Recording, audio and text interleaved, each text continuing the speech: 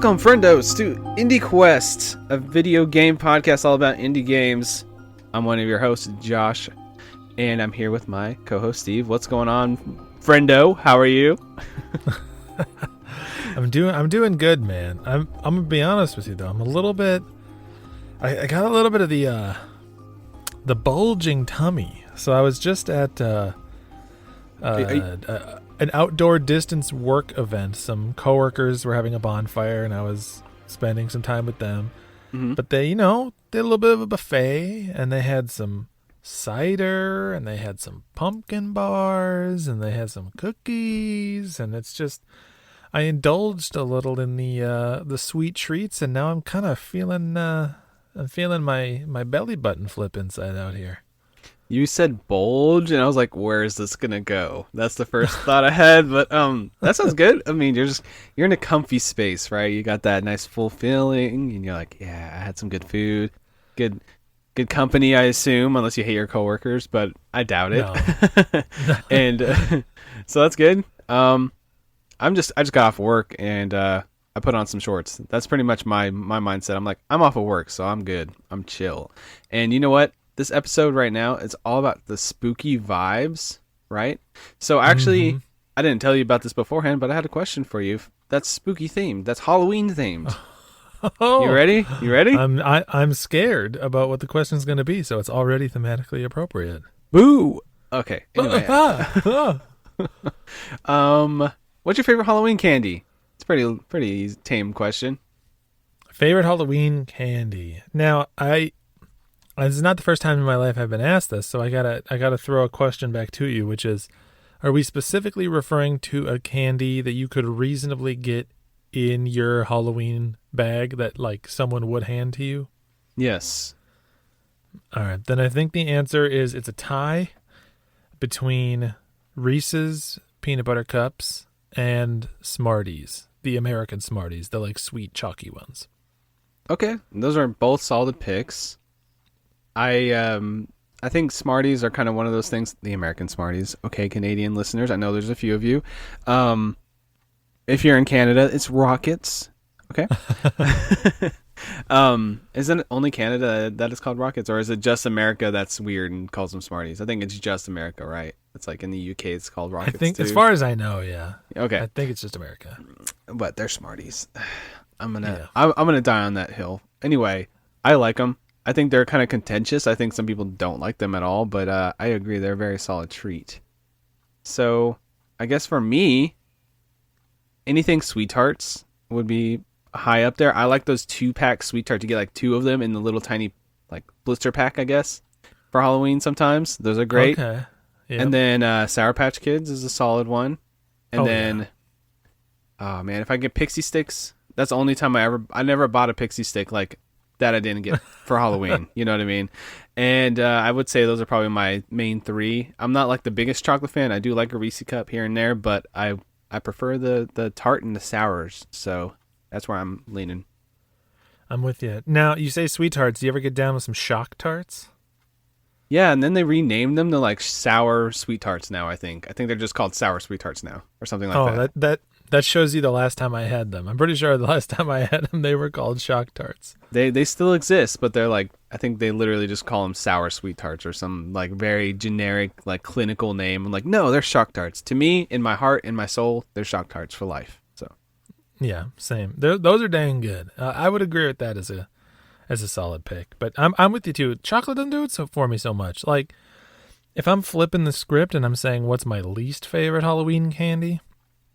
Well, my least favorite Halloween candy is the like double bubble rock hard chewing gum that you get. But if I'm counting like an actual candy that someone would reasonably eat, I don't get too hot on a Three Musketeers, and I don't get too hot on a Butterfinger. Neither of those really do much for me.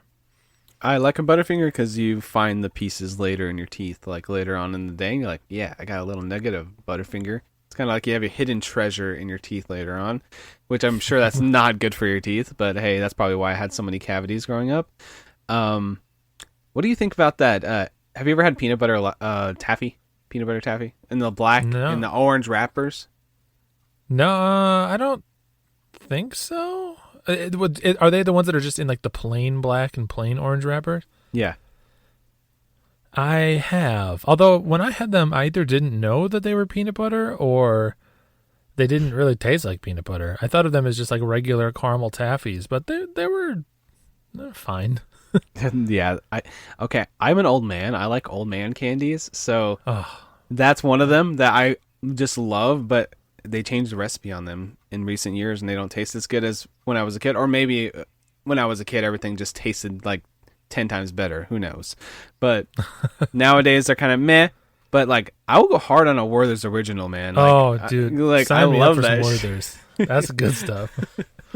That and I like a Necco wafer. Like, I don't even know if they make them anymore, but I will eat like a whole sleeve of Necco wafers. I know that's like an old man candy too. So, and like those circus peanuts that everybody hates in the entire universe but me, I'll eat like 500 of those. Like, I love them. So, No, those are just styrofoam. I can't. I was with you up until the circus peanuts, but now I got to put my foot down, man. It's not. What about a Good and Plenty? Have you had a Good and Plenty? It's that black licorice with the candy coating. Oh, I love that stuff. I can eat like a whole box of those in one sitting. Yeah. So that's what I'm saying. I like if you have a candy you don't like, just give it to me. I'll eat it. I'm pretty much just a trash can for candy. Hey, reasonable. Good to know. Good to know. But nah, I like regular, normal, good candy. So we'll have to agree to disagree. Okay. Well, we're in the Halloween spirit here. This is a spooky episode. We didn't say that at the top. This is the Scary Times Spooky Vibes episode. So we're going to be talking all about Halloween stuff, spooky games, all that good stuff. How about we do what we did last year for like our second or third episode? We pitched an indie horror game. We just kind of came up with like a cool concept and we just kind of talked it through. How about you go first? You got a cool indie game horror theme weirdness that you can bring to the table today? Yeah, although it's more of like an idea than a fully fleshed out game concept, I think. But I think it would be neat if there was a mobile horror game that integrated with your various social media. So there are games, like Emily is Away, that emulate the AIM chat experience. And there are games that are like kind of close to what I'm talking about. Like if you've ever played Simulacra on mobile, that's sort of like a horror game that is about going through someone's phone and the various apps and video files and stuff on there. But I think it would be fun it'd almost be like a halfway point between an ARG and a horror game where you sign up, you download this game, you give it permission to, your Twitter, to your Facebook, to whatever. And then it just kind of over time slowly starts building in some like creepy, weird stuff into your timeline and like sort of builds out some sort of horror themed mystery using your social media and like texting you and stuff like that to like integrate your actual apps and things into the horror experience. So I like the idea, but is this a little too invasive of an idea too? Like if it was an actual reality thing, do you think people would actually do it? Like that's a lot of information to give a game. You know what I mean? No, I mean, I'm not trying to sell an idea that would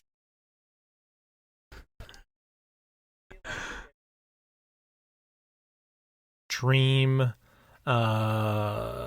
like people sign up to basically be like kidnapped at an unknown point in time and like put into a like really intense escape room. It feels like something like that where it would be only for like the most extreme like horror buffs, and you would have to be willing to open up pretty decent amount of your own information to make it possible. Or at the very least you'd have to like, maybe you could have a more soft version of that where instead it's like, instead of posting from your account or using your account, you would just have to like friend certain accounts on different social media so that they could DM you. That might work too. It's kind of like an ARG. Like it's kind of like a game that exists in your various apps, and then you kind of have to like piece together maybe like a story or a puzzle or something like that. That's what it Yeah, sounds like. exactly. But put a Yeah. little horror spin on it, right? Like make it seem like someone is, like either threatening you or blackmailing you, or that you're like unraveling some sort of mystery that has some like darker influence or implications to it, something like that. I like it. I like it. So, do you have like a name that you would want to call this thing and this kind of like ethereal thing that you're coming up with here? I did not come up with a name for it. Why don't you name it for me? Okay. What comes to mind? The social bloodlust. I'm not sure. That's So the that's first a thing good that good working title. working title. Yeah. That's like a .02 version of the game. That's what they're calling it until they finally come up with a real name for it. But yeah, I think it'd be fun. I just always like stuff that I basically, at the end of the day, I just like ARGs, and so I think that a horror theme one could be pretty fun. It can be tied to Instagram, but just we call it Instakill. Killstagram. Killstagram. Well, I do like the idea. I think it's pretty interesting. Like, I'm not sure how it would all function, but like the idea of just friending a few of the accounts, or at least they have the ability to DM you to piece together like a bigger picture story or scary concept, or they know just a little bit too much about you. That's what kind of makes it uneasy and scary. I kind of like that idea too. Yeah, maybe you like download an app that doesn't have access to all your social media, but you do enable like your location so that they can send you stuff knowing your location. That'd be cool. You went to Little Caesars 6 times this week. Ooh. We don't need to scare you. You're already treating your body pretty rough. Oh, I like the idea. It's pretty cool. All right, Yeah, well, so loose one, but I know you've got a grand idea cooked up. So why don't you tell me what the horror game is that you've prepared? well, this one's not a grand idea, but it's a fun one. So I've been kind of into Jackbox Party Pack for years. So my idea is kind of like a Jackbox Party Pack for horror games. And I know they have like a murder time party game, which is kind of where the idea stems from, where they have a bunch of, a creepy setting to it.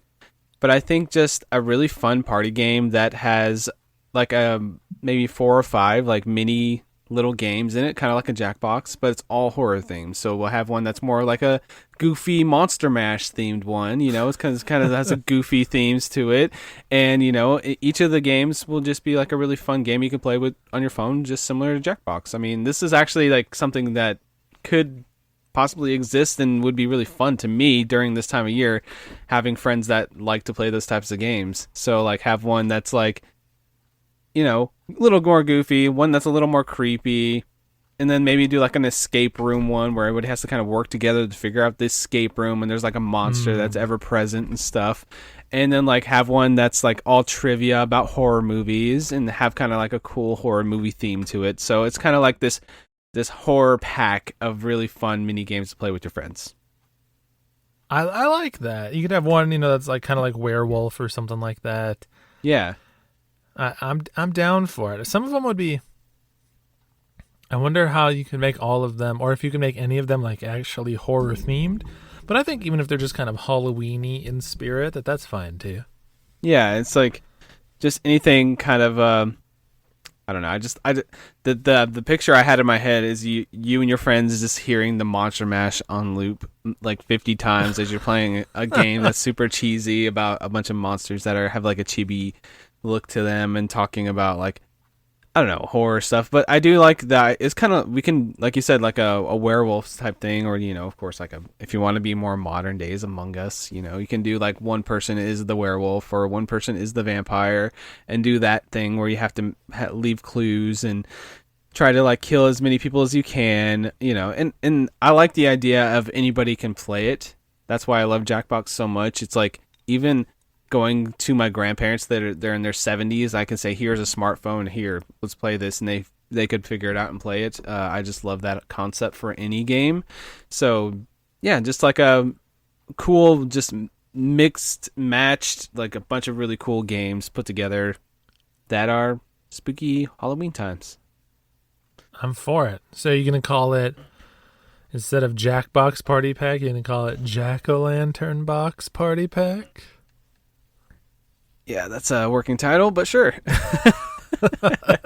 Did you happen to prepare a better one there? No, not really. I was thinking like the Spooky Pack or the Spookerino Pack. I don't really know. The Spookerino Pack like sounds like some, yeah, that's DLC. Or Spookerino Pack sounds like a Little Caesar's pizza in the shape of a jack-o'-lantern. Because, get it? Spookerino? Okay, anyway. Spookeroni. Oh, man. My, oh, my. You clearly need to eat dinner. I actually haven't had any food yet today, so that's what's speaking to me right now. Pizza. Yeah, time to order one up.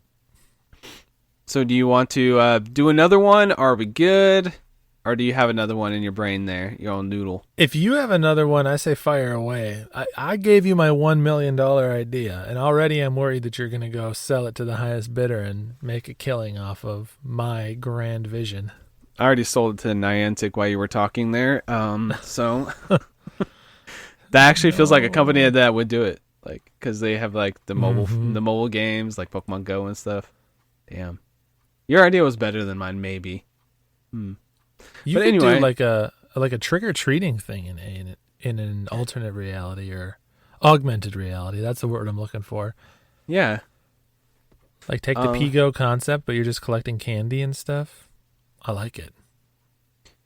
Well, the only other idea I really had was a 3D platformer where you play as a kid trick-or-treating, and honestly, it's just Costume Quest 3, and it's a 3D platformer instead of an RPG. That was my other idea. So, I mean, Costume Quest is an amazing game. I'm surprised we haven't brought it to one of these episodes yet, but yeah, if you haven't played it, it's pretty much you're a kid that has superpowers.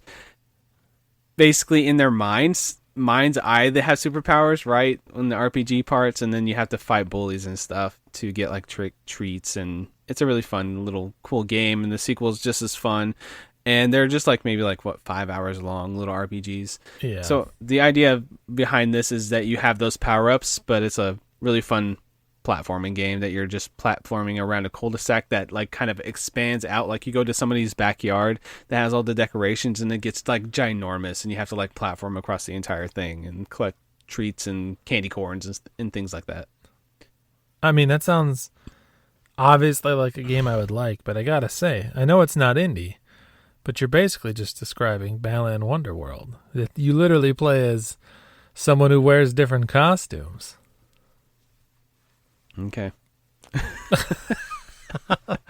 Hey, I haven't no played accounting it for taste, okay? I haven't played the game, so I think I have this thing where I try to like troll you about it a little bit, like, oh, Balan, but I have this feeling that if I actually gave it a real shot that I would enjoy it, and that part of me is like, okay, I got to be a little bit nicer because I'm sure that it's a good game. Because I know that you said that it's probably going to be on your top 10, even if it's like lower on the top 10 this year, right? For like games overall, or no? Yeah, I mean, we'll see. It's a stacked year, and I just keep playing good stuff, so we'll see where it lands. But I don't dislike it. But this is not the Balan Wondercast. Oh, although that might be a new podcast for the network now that I think about it. The people are sorely lacking in regular weekly Balan content. All right, so we can deliver the goods. So, like, what are you going to talk about in like week 74? Are you going to be talking about like a different costume each week, or like what does the podcast end up being after a certain amount of time? Yeah, we'll have costume themed episodes. We'll have level themed episodes. We'll have episodes where we bring on, development staff. We bring on people in the Balan community. It's a big community. And just generally, just celebrate a great game. I'm sure there's speedrunners, so you can always bring a couple of them on there and talk about the best strats, try to get that that over-under costume cross-map fade trick that everybody knows about, right? Oh, I don't know if there actually are speedrunners for that game. I wonder. I mean, there's speedrunners for everything, but There's I feel like two that one might not dudes. have too many. There's like two guys that are like competing for the high score right now, and there's like this huge rivalry that nobody knows about. But one day there will be like a very specific article about it. And anyway, probably on Vice Games. That sounds about like the outlet would cover something like that because they have the weird articles like that. I don't know where I'm going with this. Anyway, yeah, I just want a really fun Halloween, like very whimsical 3D platformer. I know there's a few that exist out there, and there was like one where you play as like a jack-o'-lantern head guy that just came out not too long ago. I don't remember the name of it, but yeah, that just seems like something fun that everybody would like, in my opinion. I think that 3D platformers are. They kind of made a comeback for a little bit. Now they're kind of going away again. Hopefully they keep on coming. That's my opinion on those.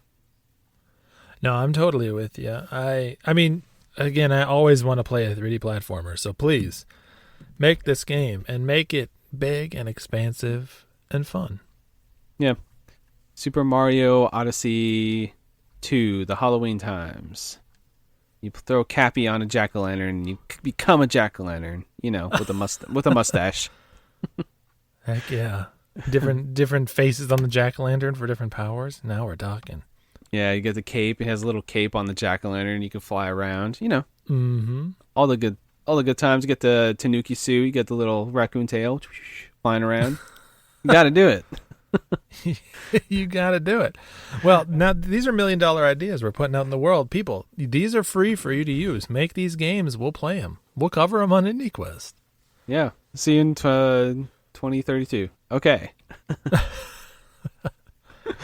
All right. Well, it wouldn't be an indie quest if we didn't bring games to put on the quest log. The quest log is this ginormous list. We had a whole episode where we basically broke down the first year recently, a couple episodes ago, and we're going to keep on building that list. It's going to become the biggest list ever imagined of indie games. So I was going to say of any list ever. Of any list ever. Largest list of anything ever made. We're going to get a hold of Guinness World Records here when we're done. Yeah. We're going to do it. It's infinite. That's why. Right. Anyway, Steve, I know you brought a game today to put on the quest log that is spooky Halloween themed. What did you bring for us today? Couldn't help it. We had to go survival horror this time. So I went with one that just came out this year that I recently played, and I had a good time with it. It's a game called Tormented Souls.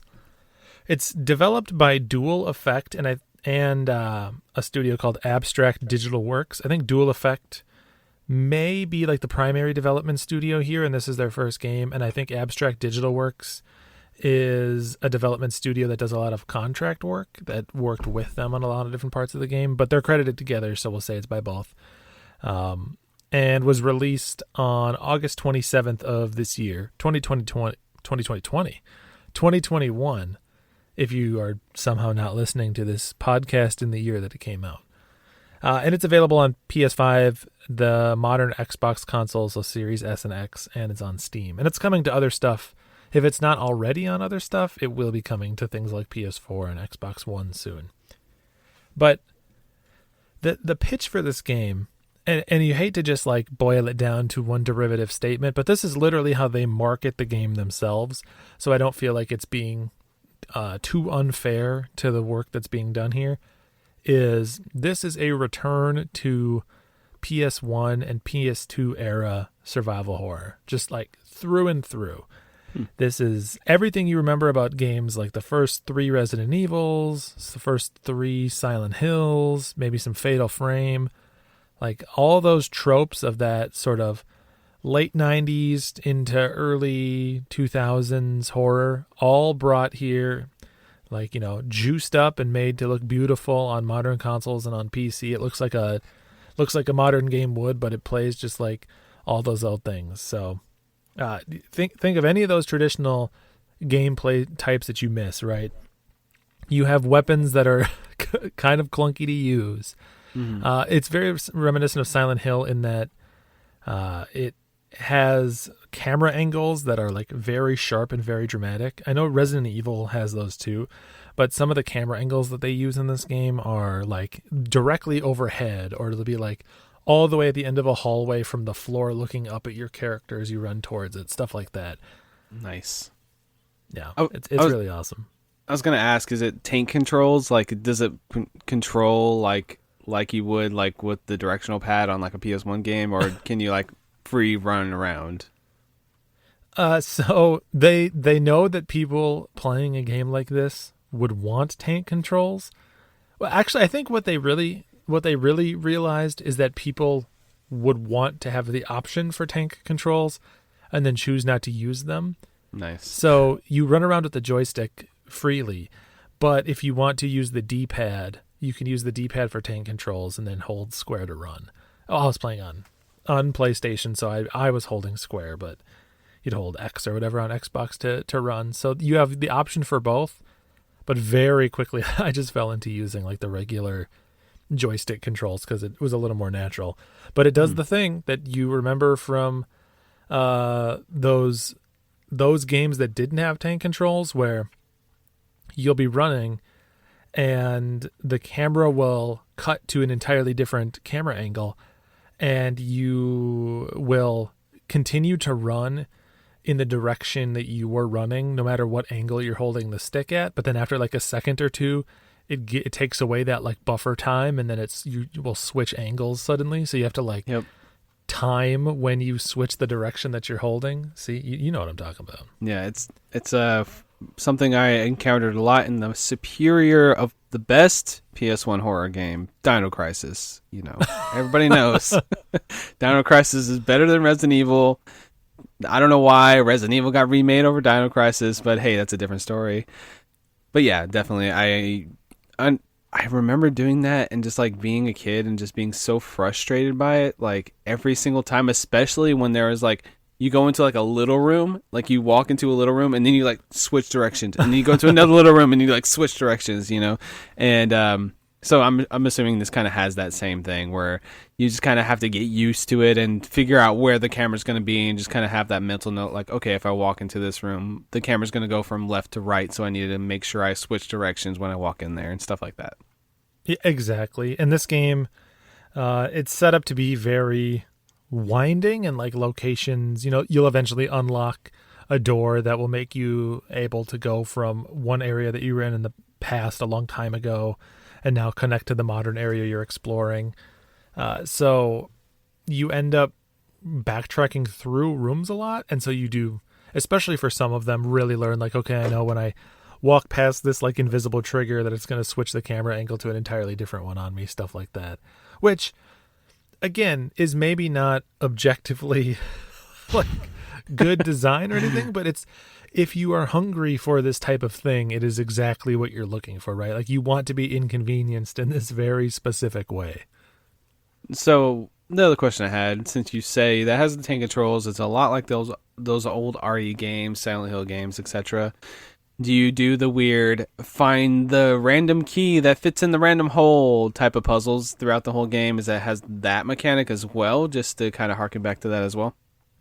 Oh yeah, you're getting all types of weird stuff. You're getting, you know, pieces of statues that you need to put back into place.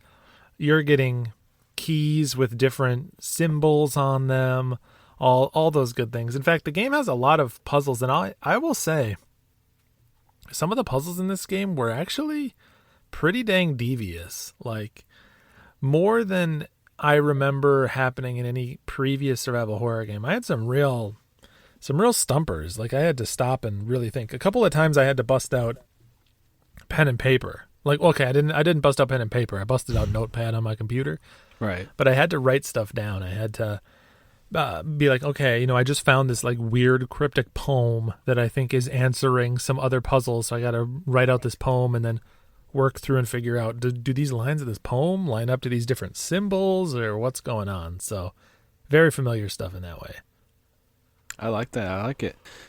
This, I'm not sure if this game's for me because I don't know if I want to go back to that style of game, but I know.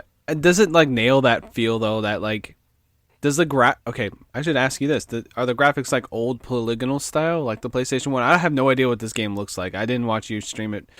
very long. I think I popped in for like 2 minutes or something one day, and I kind of saw some stuff. But like, is it like a modern looking game with the old school mechanics, or does it look like it's like 4-3 and it's like pixelated and all that, or is it just like a modern game with those mechanics?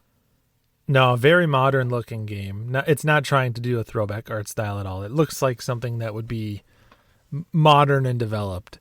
Maybe Nice. not like AAA, like super, super high budget, but especially the character models and some of the environments and backgrounds and stuff. They look super nice. So it's a great looking game. It's a lot of fun. And the setup for it, which I think is kind of like relevant to the tone and relevant to just how much this game is trying to be a throwback, is your character's in her apartment.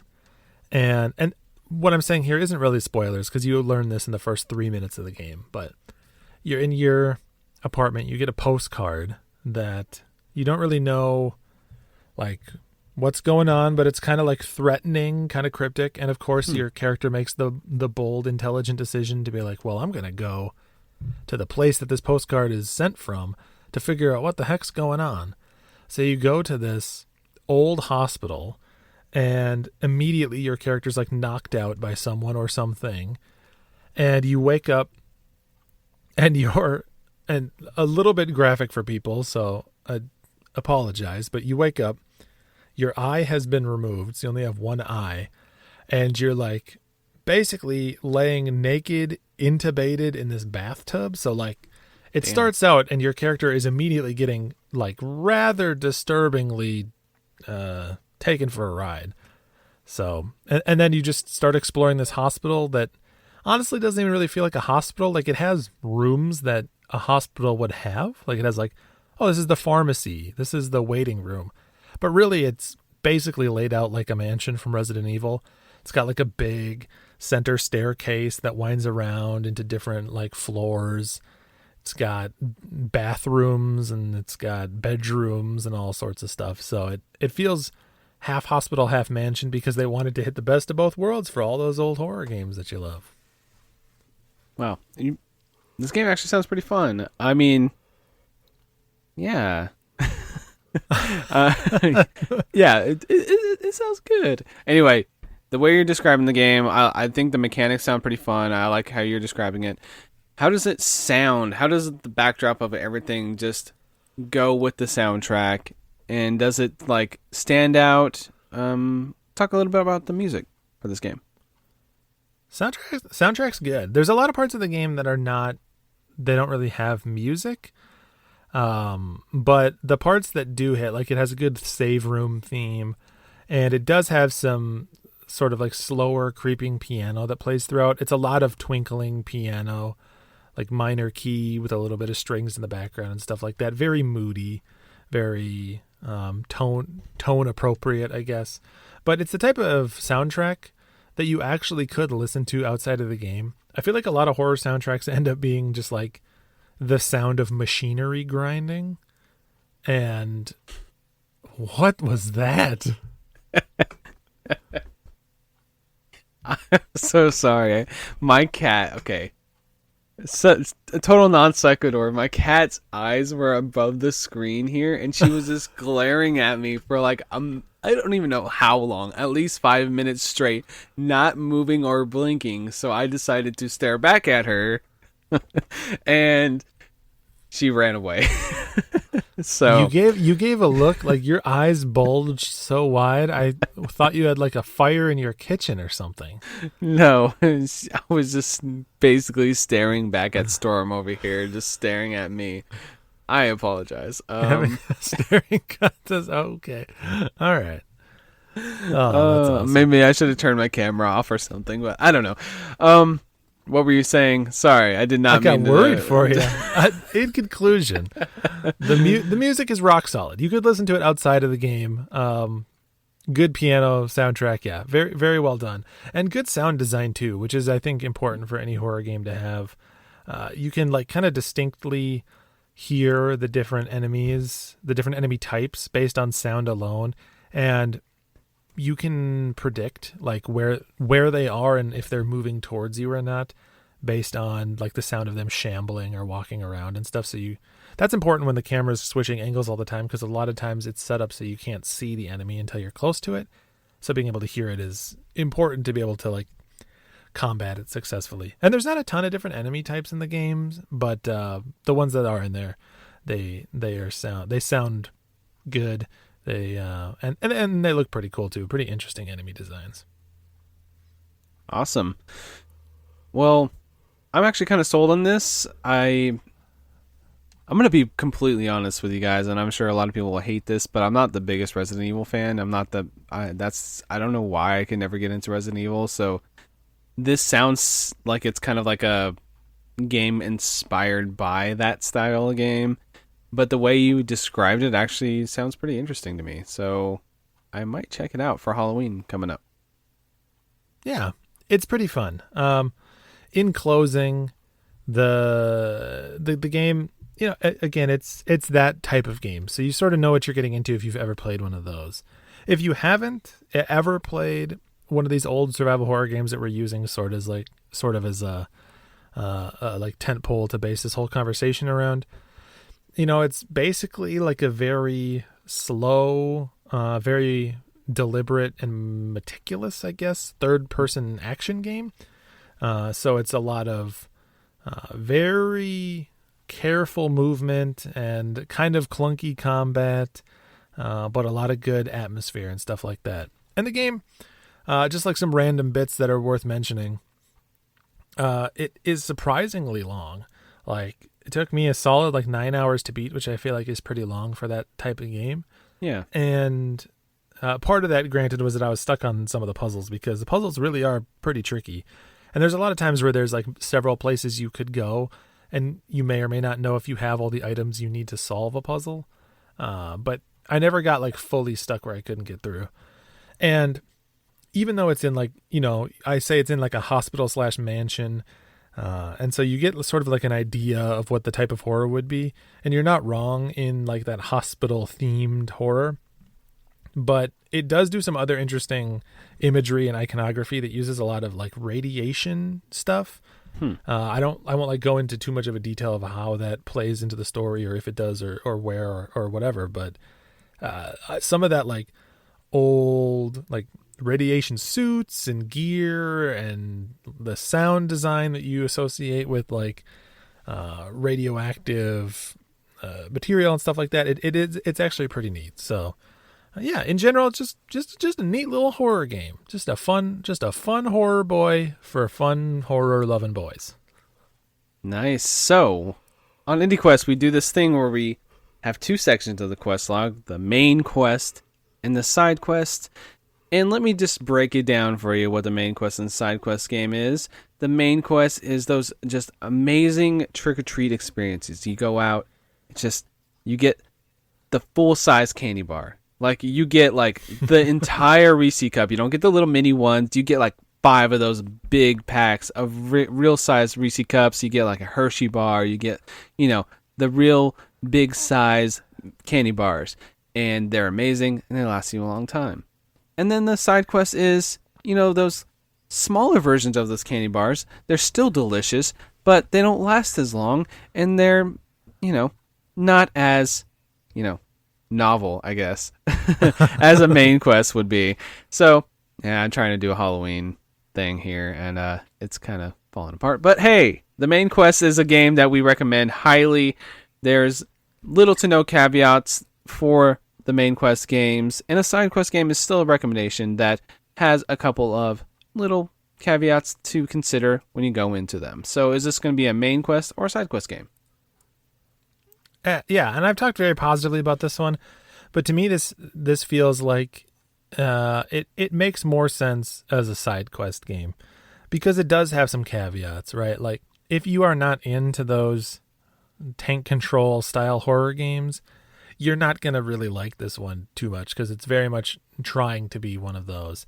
And there are problems that come with the territory of these types of games. There's, often some frustrating, like, signposting on where to go. Some of the combat can be a little bit clunky, and it's not really too involved. Like, there's not a lot of options in the combat. It's basically you can stand still and swing or fire your weapon and hope that it takes the enemy down in time. So it's certainly not like a perfect game. It's one that I really liked, but I also was really into this style of game when I was growing up and still very much enjoy it. So I liked it quite a bit. But I think in terms of the show and in terms of a recommendation, I would definitely put it at a side quest, with a little note that if you do like this type of game, you probably will really dig Tormented Souls. It might even become a main quest for you personally if you give Yeah. it a shot and you're into those games. That's awesome. Heck yeah. So that's my game. But I get this little hunch that maybe you brought one too. Yeah, and I brought one that hopefully isn't too cookie cutter or too expected. I brought Little Nightmares by Tarsier Studios and is published by Bandai Namco. So if you want to say it's not a real indie game, it was made by an indie studio, it was just published by a big studio. So yeah, this game is pretty fantastic in my opinion. I think this game is all about the art style. It has that creepy, eerie art style to it, and it definitely suits the Halloween theme we're going for this episode. The game is a 2D side scroller with puzzle platforming elements, which if you listen to the show, that sounds familiar for a lot of games we talk about. But I do think that it's very unique in the fact that you have to use kind of a stealth element to a lot of the puzzles in the game because you're this little creature named Six. So you kind of look like a little yellow, like basically you have like an raincoat on for the most part. What you look like, you kind of look like a walking little mini raincoat, and then you have to like run away from these like hulking, just disgusting and horrible enemies and try to like sneak around them and kind of trick them into getting to other regions of the map during the entire game. And it is point A to point B, and most of the time it's kind of trying to figure out, you kind of walk into a room that's like gigantic to you because you're like this mini figure, and you have to kind of figure the puzzle to the room and sneak around these creatures and get to the other side of the room. So that's most of the puzzles in the game. And I just think that this game just was kind of unsettling half of the time. And there's a lot of moments where you're running away from these creatures that are trying to basically eat you. And it does get you that creepy, like unnerving feel as you're playing through this game. Yeah, it does a really good job of bringing that feeling of like being chased. I always think the scariest thing basically that can happen in any horror game is you can be chased. And even though it's not like through the entire game or anything, the sections where there are enemies chasing you around in this one, it's like, whew, the tension, it cranks up to 11 real fast and you start getting real nervous. Yeah, and I do think that the puzzles are fairly straightforward once you figure them out. I don't remember ever getting stuck on this one. I've played it a couple times. I feel like I played it when it first came out, and then like a year or two later. It's been out for a few years now, and the two times I played it, I did not get stuck even one time. It might take like I know what I need to do, and then I just like didn't pull the lever in time, and I got killed or something like that. But I think the puzzles in this game aren't very challenging. What you're here for is more just the fantastic art style. I think just the artists for this game are just like really good at pulling off that slightly Tim Burton-esque, slightly like just macabre horror feel throughout the entire thing, because kind of the game is kind of set on this giant ship that basically you're trying to get off of, and each room has kind of its own look to it, even though it all feels in universe. But each room kind of feels like you go into a library looking room, and it kind of has that like towering pile of books that you have to climb, and then you go into this place where it's like this giant black cavern below you that you have to jump over. And like I feel like they do a good job of setting up this just like making you feel small in this humongous world that you just kind of have to figure your way through, which I think is kind of hard to pull off, and I think they really do nail it for the art style aspect of the game. No, I agree. And the thing that you said that really sticks out to me in this game is I love a game where you are like smaller than normal, and so everyday things are like larger and more significant than they would otherwise be, including the enemies. And this game is definitely one of those. So They do a good job playing with that. The enemies, I feel like, have this just like unnerving quality to them. Like they're not outright just like horror, like a monster you'd see in like a Dead Space or something, but it just looks like something just unpleasant, just not nice to to be around. And they even though you're on this ship, they're not too grounded to like the reality of how the ship would be constructed. And so they play with the space a little bit in fun ways, or in ways that serve the tone and the story and like the general flow. And it does have a pretty good story. I actually enjoyed what the story pulled off. This game's not very long. I think it's like maybe 3 hours, 4 hours, something around there. Yeah. And like you said, like the characters are all kind of creepy looking. You know what they remind me of is like you ever watch Ren and Stimpy, and they do like the smash zoom on somebody's face that's super creepy Yes. and just like awkward, and like they show Stimpy like having like too many pimples and too much blemishes and shit on his face whenever they zoom in on his face. That's what all the characters look like all the time. Yeah. So yeah, and I think that just, and then they always move kind of like not like you would imagine a person would actually walk. They kind of like Hulk, and like their arms are kind of waving all like loopy and noodly around. And I just think the way that it animates and just looks just really adds to the atmosphere. And like I said, the game's not super challenging, but like you'll walk into a room and you're this little guy and you have to figure out how to climb up on a shelf, and that might take 2 or 3 steps. Might have to push a block over and then jump on the block and then pull a lever to pull something down to get into something. It's that type of puzzle game. So I just think that if you're in the mood for something that's just like super short and sweet and just has that super like creepy and ominous vibe, I guess, I think this game just will really whet your appetite for the Halloween season. Yeah, really a good pick, I think. One that I played a couple years ago and I did really enjoy. I mean, if you play puzzle platformers, you kind of know what you're getting, and tonally it is spooky, but the story isn't too heavy-handed. We say it has a good story, but it's not like there's a bunch of cutscenes or anything. A lot of it is just sort of told through the situations and the environments that you're in. So, yeah, I really like this one. Do you have any sort of other call-outs or thoughts on it that you want to mention? Yeah, and it does have a pretty good soundtrack. I wouldn't say that it's like a standout soundtrack. Like I would turn this on at a Halloween party or something, for the background music. But I think it definitely has a nice, really eerie, creepy soundtrack with lots of good orchestration and really underpins the art style. Like I think that coming out of this game, that like I could take a screenshot of this game and put it as my background, on my screensaver or something like that. I think that's pretty much what it really shines at. I think the actual gameplay is just pretty fun. I think it's pretty solid, but I think that overall what I come out thinking about this game every single time is just how beautiful it is in a creepy way. Like I think the art style just really shines, and the tone, the atmosphere just adds to that. So yeah, Little Nightmares, man. Like it's just a really solid little puzzle platformer. Yeah, very, very cool. So, that brings us down to the age-old question. Where are you slotting this bad boy? This a main quester or this a side quester?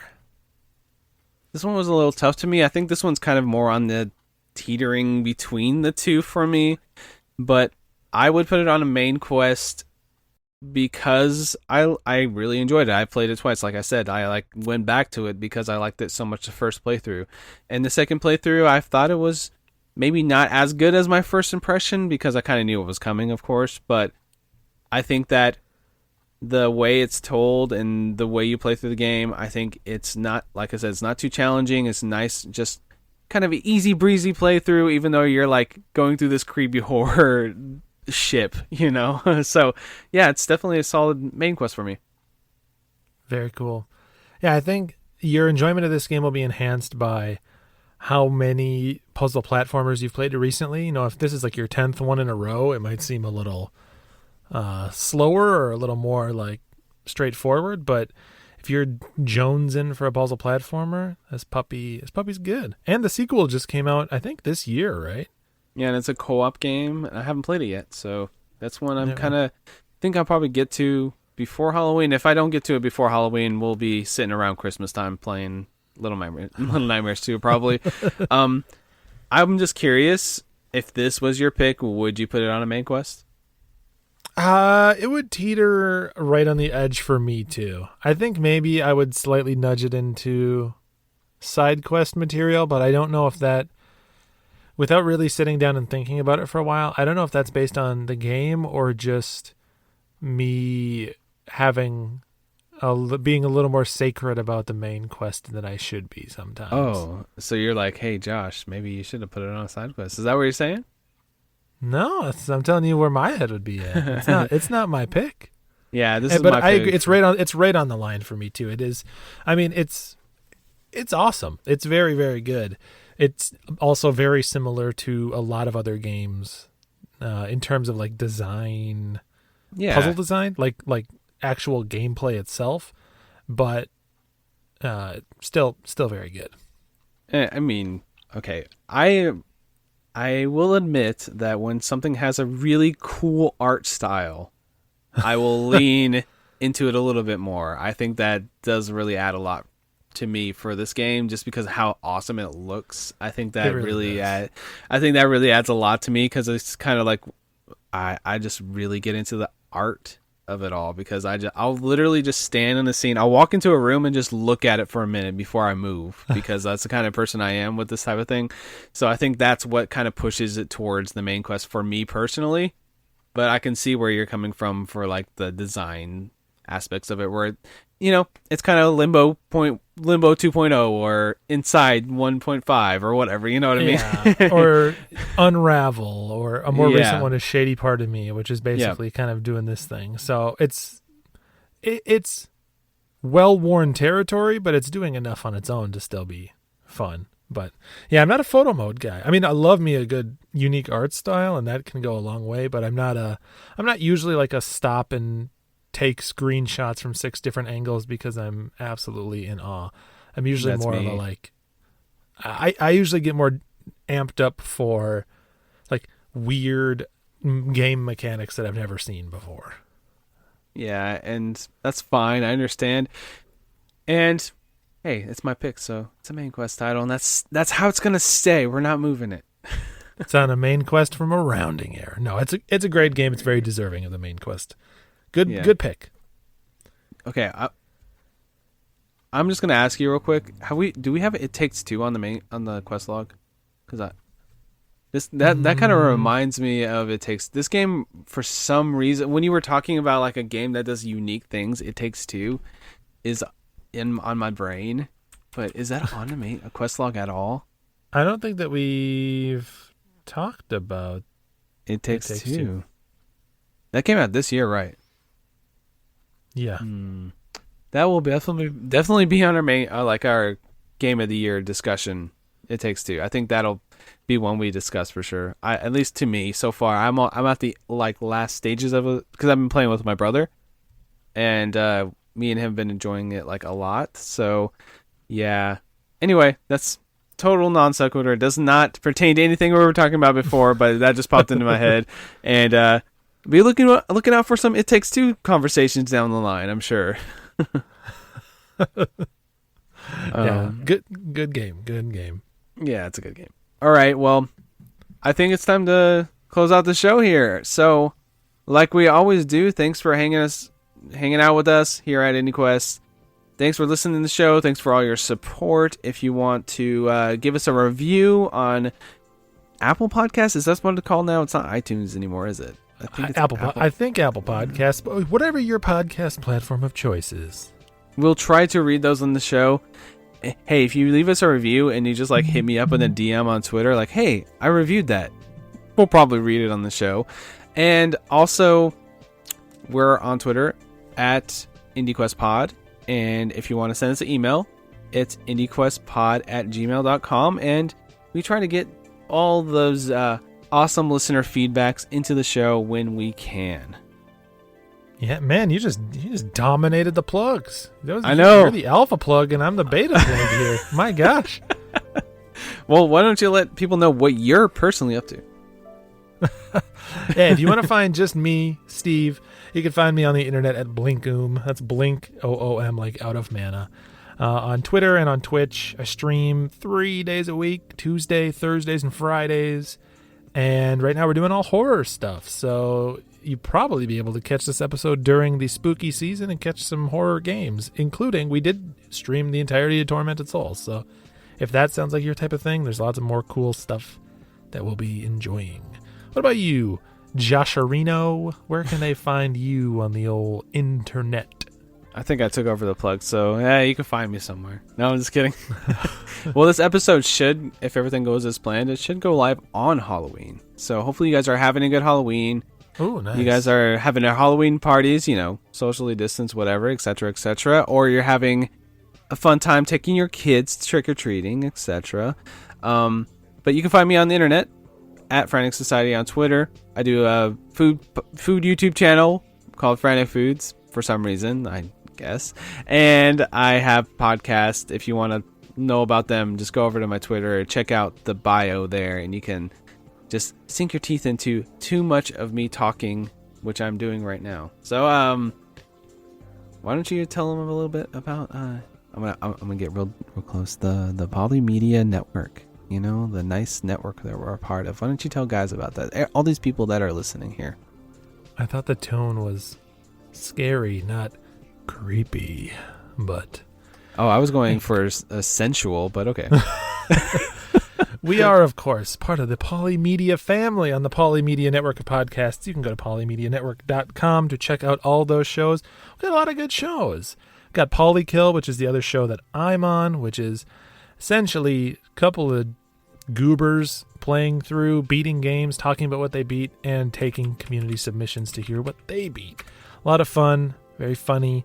I'd highly recommend it. And then we've got a whole bevy of other shows. We've got Drunk Friend, where you can get Trav, Ness Friend, and Alex Ness Drunk, and they bring on all sorts of interesting guests that are basically just titans of whatever industry they're in. They bring on people that are just good at something, people that are prolific or popular or successful in the gaming space, both the content creation space and the design space. They bring on people that are good at all other walks of life too. It's not specific to video games or anything like that. So give that show a listen as well. And gosh, what are the good ones we got? We got PD's Power Hour, where you can get your wombo combo of alcohol and trivia. And what's another show? What's one more show that you like? Tales of the Lesser Medium. If you want to listen to some yahoos, they're good guys. They are. That talk about just go into that's such a weird show to describe us sometimes. No, it's basically they take the plot to a video game and then make it extremely funny, where you're laughing so hard that you can't even stand. You fall over on your side, keel over, just laughing your ass off because of how good it is. Yeah, very good at. It's like halfway between parody and the riff tracks of a video game story. Quite the treat for the ears and for the belly. Mm-hmm. Is that all the shows? Are we missing one? I think that's everything. Yeah, that's everything. All right.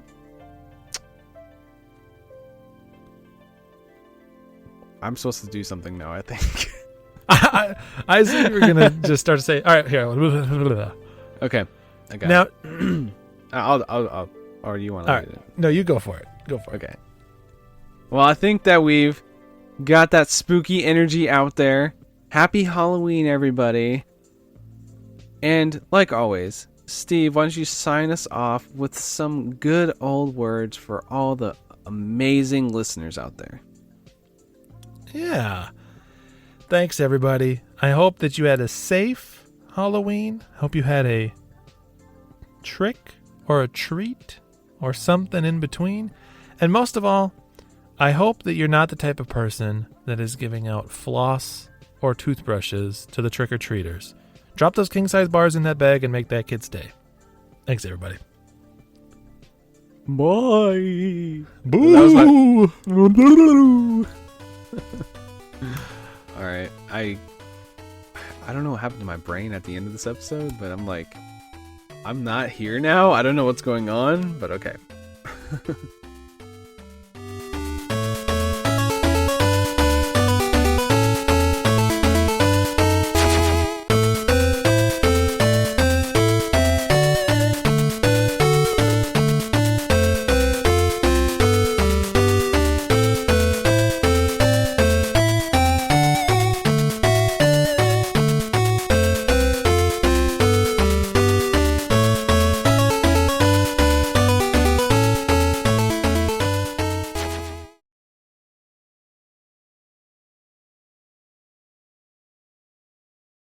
So I noticed that happened to me too. Like right now, it's kind of like at a medium volume. Like if I get really loud, it like maybe like will hit the edges just a hair. yeah, But like if I'm just kind of talking, it's just middling. But sometimes it feels like it's always hitting the edges. So I know what you mean. I think that's an Audacity thing. Has to be. yeah, just like a weird visual thing, or maybe I don't know. Maybe I'm getting a lot louder.